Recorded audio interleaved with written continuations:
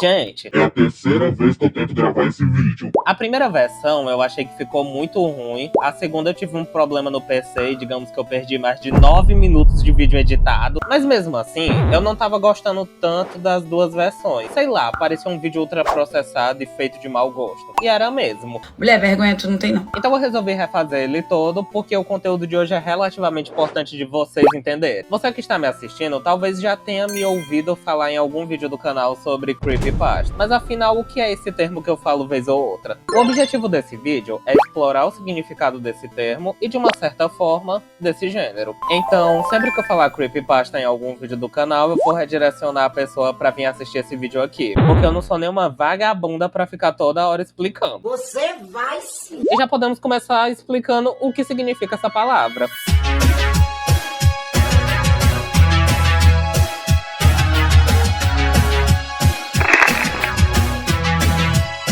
Creepypasta é um termo que se refere a histórias de terror ou lendas urbanas que são compartilhadas online, especialmente em fóruns e redes sociais. No caso, hoje em dia é mais comum em redes sociais. A palavra é uma combinação de creepy, assustador, e copypasta, que é um termo da internet para textos copiados e colados várias vezes, igual uma mensagem encaminhada no WhatsApp. A origem do termo não foi criada por uma pessoa, mas sim construída ao decorrer do tempo. E essa é uma das principais características das histórias de terror das creepypastas. Alguém compartilhava uma história em um site, aí outra pessoa compartilhava e ia virando um telefone sem fio e cada vez eram adicionados intencionalmente ou não detalhes novos. E esse fenômeno, ele é lá da internet dos anos 2000, mas de uma certa forma ele acontece até hoje com as fake news. Lembrando que quando eu falo da internet dos anos 2000, eu não tô falando só de Frutiger Aero ou internet de escada não. Quer dizer, tô falando uns poucos de internet de escada.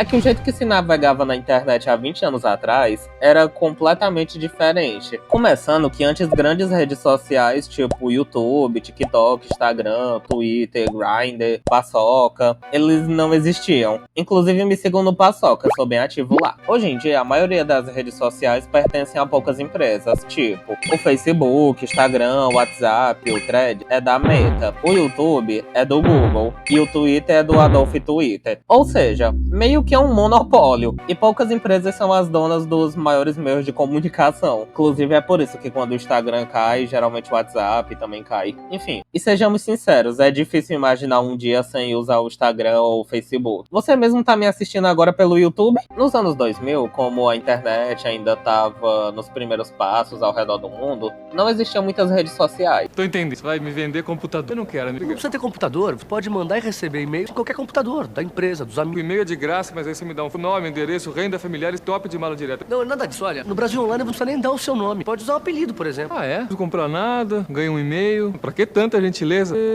Tô casado. Chegou o Brasil Online. www.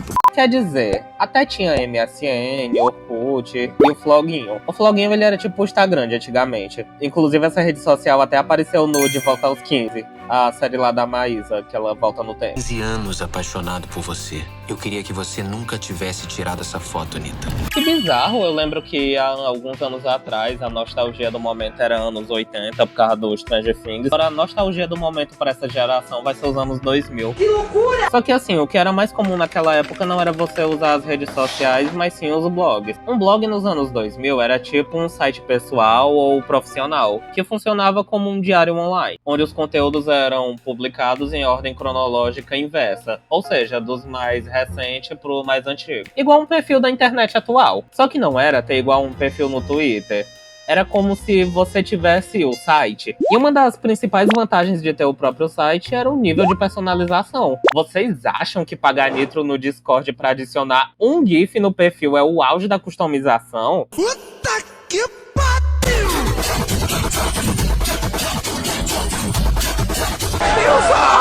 O auge era você poder mudar literalmente tudo no site. Isso aqui que era o auge da customização. O que fazia com que cada página fosse única, porque isso permitia aos usuários personalizarem até o cu do site. Tá, mas por que isso é importante de saber, sendo que isso é um vídeo de histórias de terror cafonas? Simples, porque o jeito que você encontrava uma história mudava totalmente a sua experiência. Hora dessa, acho que você até se esqueceu que isso era um vídeo de terror. Mas então, como essas histórias de terror viralizavam antes dos algoritmos?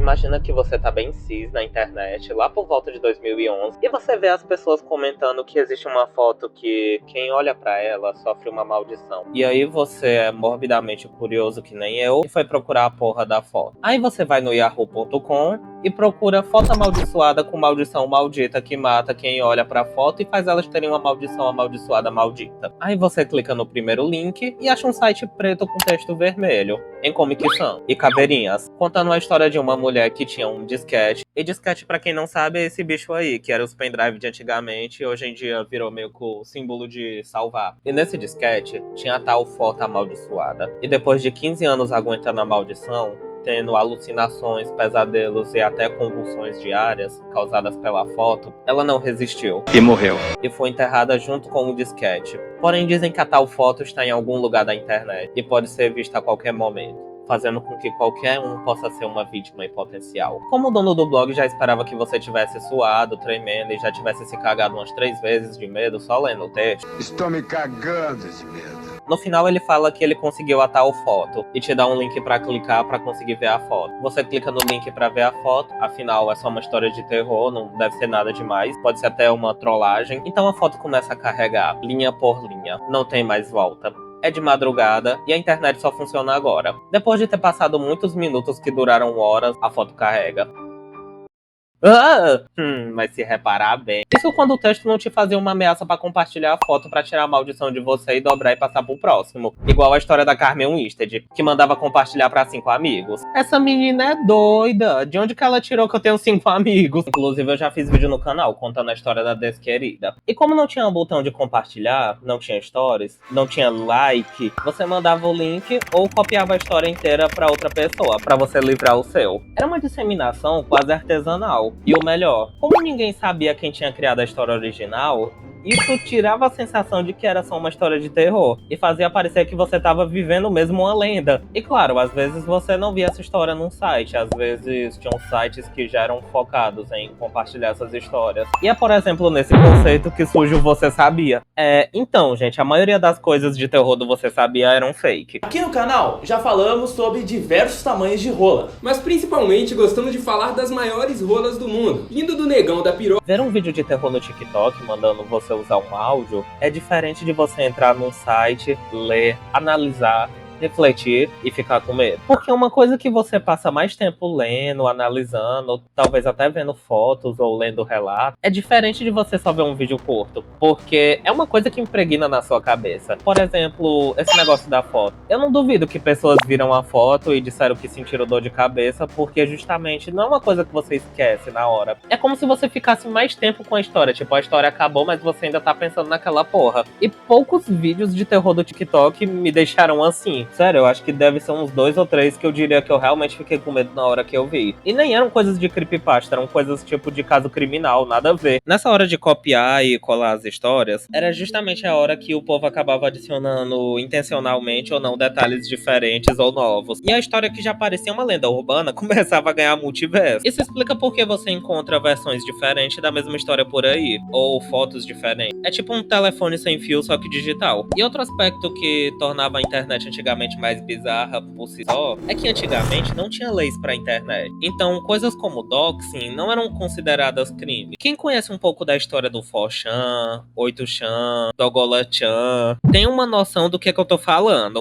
Isso sem contar os esquizo e os feijão humano. Eu tenho medo só de lembrar. E um recado pra quem romantiza a internet, os incel. Eu queria tanto conhecer um nerd esquisito. Eu queria um Eric Cartman na minha vida. Antigamente, você encontrava facilmente no Facebook ou no YouTube coisas criminosas, tipo vídeos de gore. Então imagina que você já tá nesse ambiente bizarro e surge uma história de terror. Inclusive essa coisa de coisas assustadoras reais é um elemento que é muito usado nas histórias de terror. Tipo, eles pegam um detalhe que é real e mistura com alguma coisa fictícia. E isso meio que fazia as pessoas ficarem em dúvida se as histórias eram real ou não. Isso dava um ar de mistério, um ar que você não sabia de tudo. Alguma coisa tá faltando nessa história. Será que isso aconteceu mesmo? Quem escreveu isso ainda tá vivo? Será que essa história não tá mal contada? Mas agora vamos para a melhor parte do vídeo, que são os exemplos. Eu não vou contar as histórias, afinal você pode ler por aí na internet ou ver canais no YouTube de alta qualidade só sobre creepypastas. Mas o meu objetivo é só dar a sinopse de cada uma e, se vocês tiverem interesse, vocês que vão atrás por sua conta e risco. Jeff the Killer, um adolescente com a pele queimada,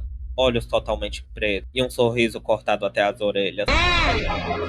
Igual um paneleiro do Discord. O dito cujo invade casas pra matar as pessoas e dizer que pode ser traduzido pra língua portuguesa como vai dormir, sua piranha! O que mais famoso do que a história era a foto que viralizou do rosto dele, que diziam ser real. É mentira! E tanto a foto quanto a história meio que virou esse símbolo webcore terror anos 2000. Só que essa foto, ela tem uma origem misteriosa que vai além da creepypasta. Até o momento que eu estou gravando esse vídeo, nunca acharam de verdade qual que é a origem da foto, ou quem é a pessoa por trás da montagem. Só se sabe que é uma montagem e que ela veio do Japão e que provavelmente é de uma mulher. Em breve eu vou fazer um vídeo só sobre a origem de fotos de terror famosas, e quem sabe até quando eu lançar esse vídeo não já tenho encontrado. Que nem foi o caso com a música lá do Like the Wind, que justamente na hora que eu tava mais ocupado possível é que eles inventaram de achar. Ficou 40 anos perdido e eles encontraram justamente na semana que eu tava mais... Slenderman, um homem alto, sem rosto, de terno preto e braços anormalmente longos, que persegue crianças e some com elas. Igual um pastor. Praticamente o mito mais famoso da internet, depois do Bolsonaro. Mesmo não sabendo que são creepypastas, eu acho que você já deve ter se deparado com esse personagem alguma vez. Teve até um filme de terror, só que o filme de terror é muito ruim. Inclusive, na época que eu assisti esse filme, eu assisti ele por volta de 2021, depois de muito tempo que ele lançou. E a televisão que tinha em casa, ela tinha um defeito que a parte de cima dela tinha meio que um degradê escuro, porque os LEDs de cima tinha queimado. Acontece que a televisão já era escura. Aí quando eu fui assistir esse filme com a minha tia, inclusive, se ela estiver vendo esse vídeo, um salve pra Mari. Um beijo da Anitta.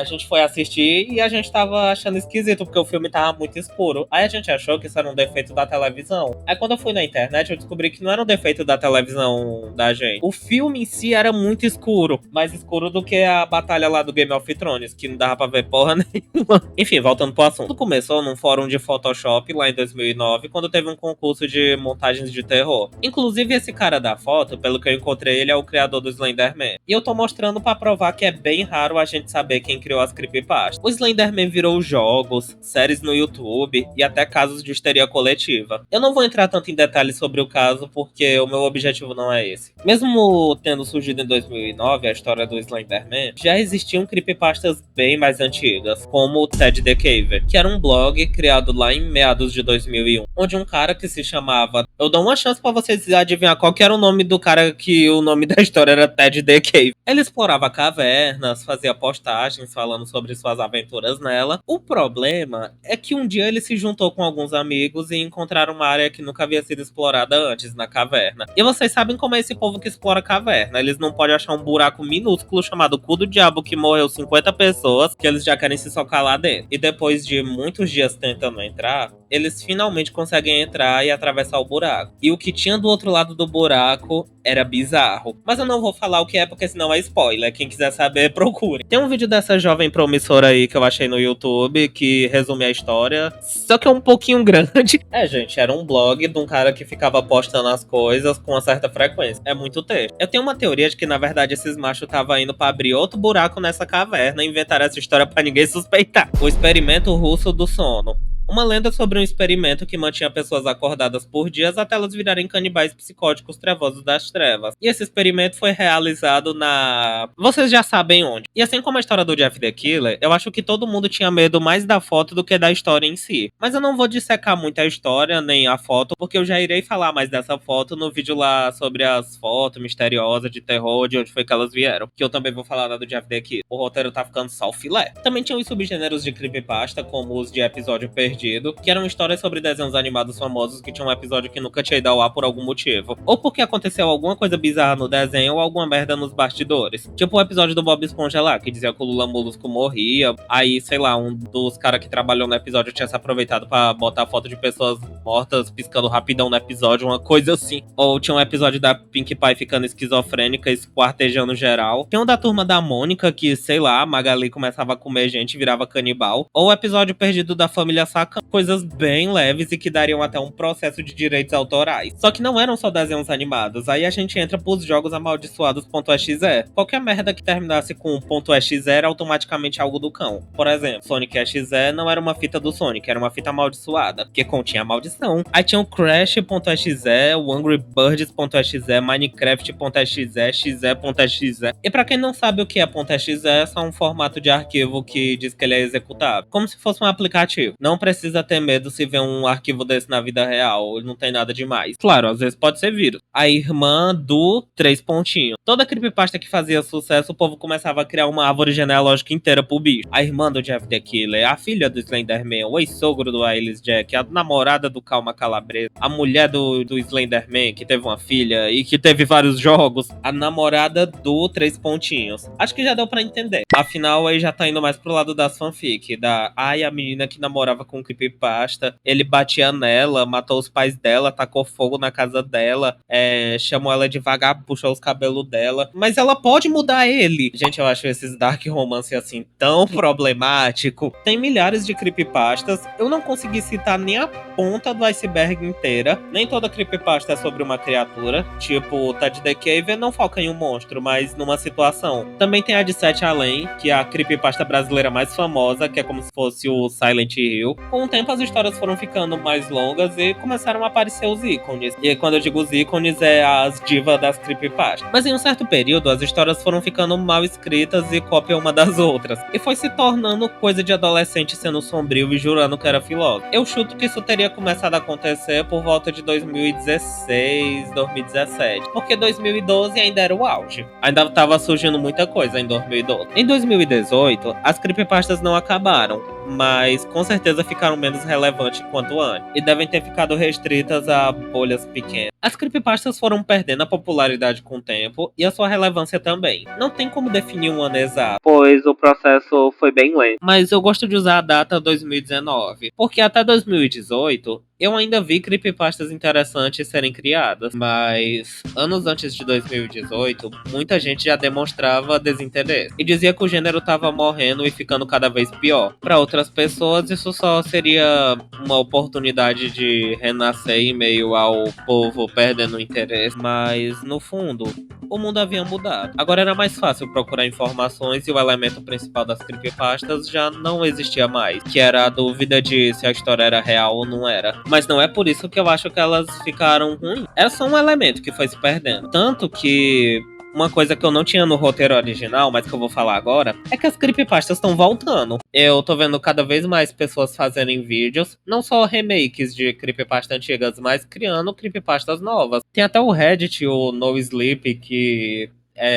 eu não sei se é bem focado em creepypasta, é focado em história de terror. Enfim, voltando pro vídeo. Em 2020, eu diria que aconteceu a coisa mais significante no mundo assim das creepypasta que, pelo menos pra mim, marcou o seu fim. Nossa, que dramático. Em 2020, em meio à pandemia, o Creepypasta Brasil, que era o maior site de creepypasta, pelo menos o que eu conhecia, anunciou que ia parar de postar. Sendo bem sincero, em 2020 o povo nem lembrava mais dessas coisas. Pelo menos eu não lembrava. Até porque eu e todo mundo tava ocupado tentando sobreviver à pandemia, claro. As creepypastas não morreram e foram apagadas da existência. Certamente só ficaram restritas a comunidades menores e mais fechadas. Desde o Reddit a lugares que eu tenho medo de entrar, tipo o Amino. Sério. Eu tenho medo desse aplicativo, sério, eu não quero nem, sei lá, eu não gosto nem de sonhar, morro de medo. Mas, como eu disse, o terror na internet não morreu. E a partir de 2020, ele se reinventou e surgiram novas formas de se contar histórias para além das creepypastas. Um dos formatos novos que surgiu nesse período e que é relevante até hoje são os infames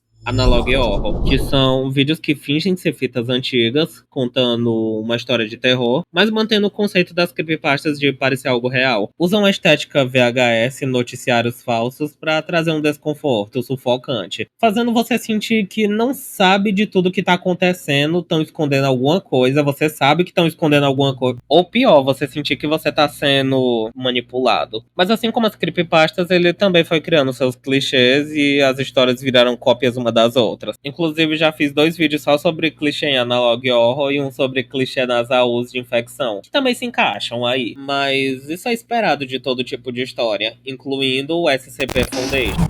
É um universo colaborativo de escrita, e falando assim fica difícil de entender, mas ele é um site que tem o nome SCP Foundation, Fundação SCP, que ele é tipo uma área 51. Eles capturam criaturas ou coisas que são perigosas e registram no site. Só que o site ele é de escrita criativa, então as coisas que eles capturam são as pessoas que escrevem. Isso é tão genial, porque praticamente vai ter conteúdo infinito. Aí o nome das criaturas ou objetos são os SCPs e um número, tipo SCP-682, 169, 1000, etc. Aí essa organização fictícia teria várias filiais ao redor do mundo, incluindo uma no Brasil. Só que o daqui não captura bicho, ele dá dor de cabeça. Esse negócio dos SCP foi bem famoso lá por volta de 2019, mesmo ele sendo bem mais antigo, às vezes até se confundindo com as creepypastas, e justamente na queda, digamos assim, das creepypastas, ele foi crescendo. Hoje em dia, os SCP ainda seguem o mesmo conceito de antes, embora tenha virado uma rinha de qual entidade vai se tal entidade na porrada e tier list de poder, power level.